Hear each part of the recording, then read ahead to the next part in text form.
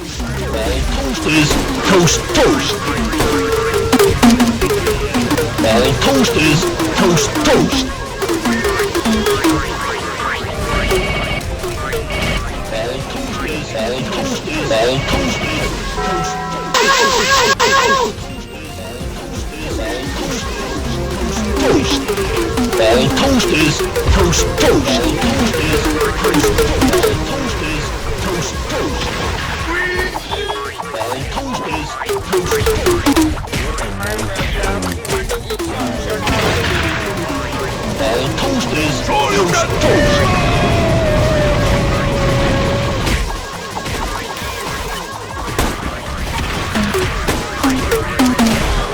Toasters, toast, toast.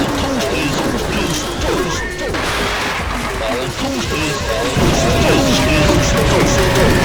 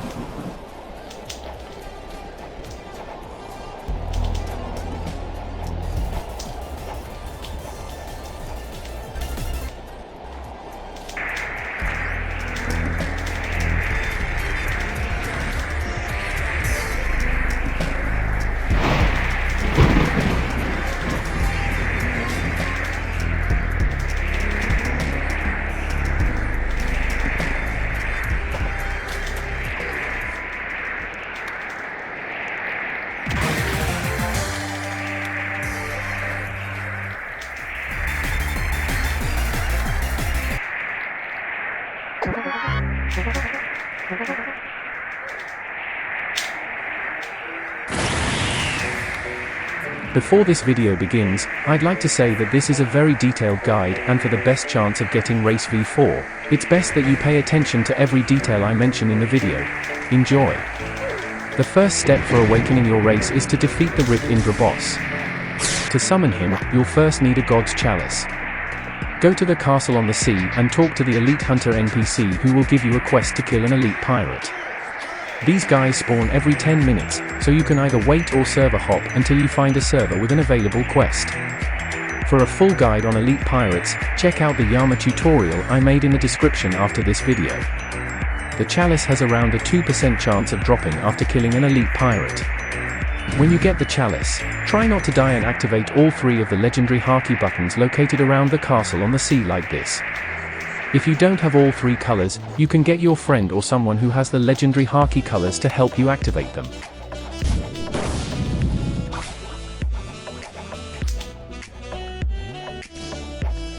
After all 3 buttons are activated, come inside here and hold your chalice while standing next to this pedestal. This should spawn Rip Indra. Kill him and you'll be ready for the next step of the puzzle. For this next step, go to the castle on the sea and talk to the sealed king. After the dialogue is finished, head to the great tree where you'll need to visit the Temple of Time.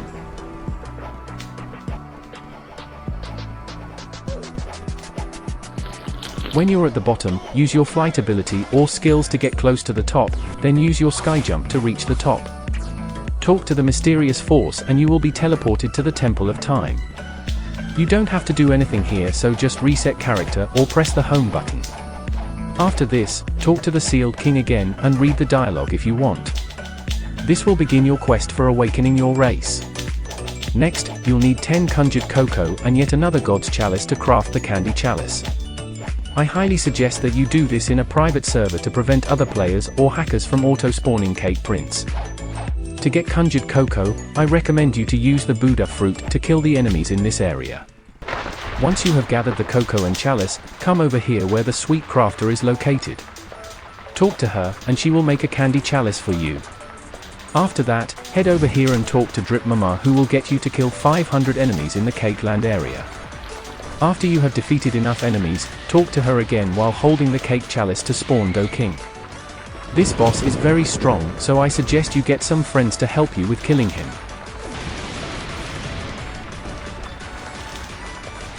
Upon being killed, he will drop the mirror fractal, which you'll need in the next step.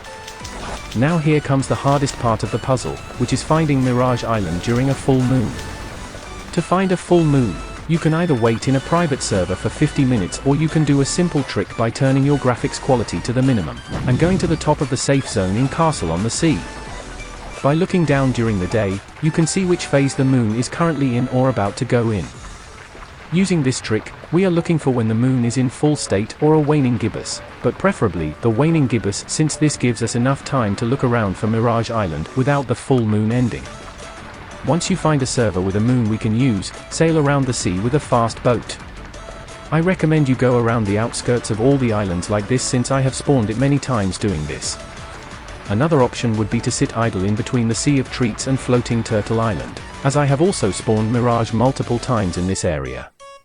The island has a 1% chance of spawning, but you can increase the chances by getting more people to search with you. The more drivers and the more boats, the higher the likelihood of finding Mirage Island. This part of the puzzle normally takes multiple hours and multiple attempts to complete, so don't give up so easily. When you finally find Mirage Island, you need to go around it and look for the highest point. Once you see it, travel straight towards it like this. Try not to go off course, as it will become very difficult to see where you're going. If you get lost, just move away from the island and try again.